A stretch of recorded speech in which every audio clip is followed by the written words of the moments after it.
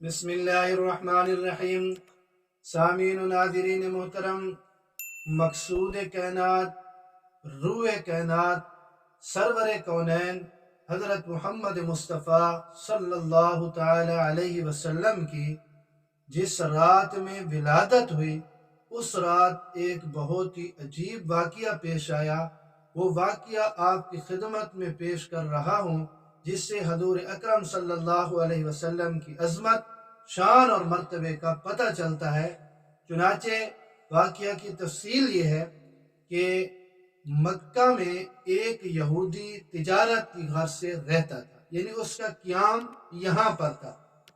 تو جس رات حضور اکرم صلی اللہ علیہ وسلم کی ولادت باسعادت ہوتی ہے، تو وہ یہودی اس وقت قریش کی ایک مجلس میں بیٹھا تھا، یعنی قریش والوں کی مجلس میں۔ تو اس نے قریش سے پوچھا کہ آج رات قریش میں کوئی لڑکا پیدا ہوا؟ انہوں نے کہا کہ ہمیں تو معلوم نہیں۔ تو یہودی نے کہا جا کر تحقیق کرو، پتہ لگاؤ اور مجھے اس کی خبر کرو کہ آج رات اس امت کے نبی نے پیدا ہونا تھا، تو وہ پیدا ہوا کہ نہیں ہوا۔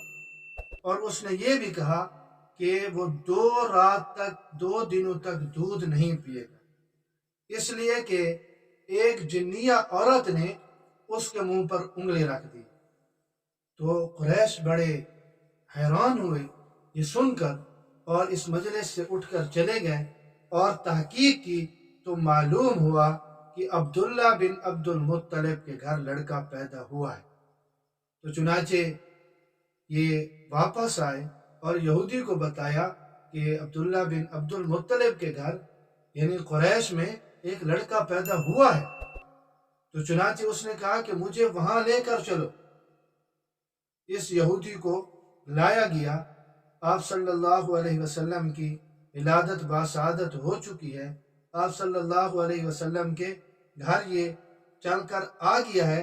تو اس یہودی نے جب آپ صلی اللہ علیہ وسلم کے دونوں کندھوں کے درمیان، دونوں شانوں کے درمیان مہر نبوت کو دیکھا تو بے ہوش ہو کر گر پڑا، اور جب اسے ہوش آیا تو اس نے یہ کہا کہ نبوت بنی اسرائیل سے چلی گئی، اور قریش والوں کو خطاب کر کے کہا کہ اے قریش والو، یہ مولود یعنی جو بچہ پیدا ہوا ہے تم پر ایک ایسا حملہ کرے گا کہ جس کی خبر مشرق سے مغرب تک پھیل جائے۔